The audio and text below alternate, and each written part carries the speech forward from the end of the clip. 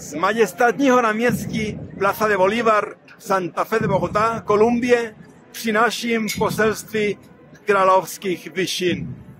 Zveme vás na jedinečné představení barokní opery Válka obrů, La Guerra de los Gigantes. Jejímž autorem je španělský skladatel Sebastián Duron. Toto představení se uskuteční 28. června ve 21 hodin na magickém místě zámku Brtnice. Válka obrů, alegorie boje mezi mocnými vládci Evropy, znovu ožije prostřednictvím slavnostního večera plného hudby, vášně a královské nádhery.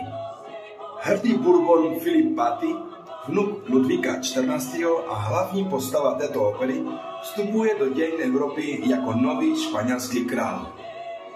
A poražený bude císař Karel VI., jehož portréty můžete spatřit na zámku v Brtnici.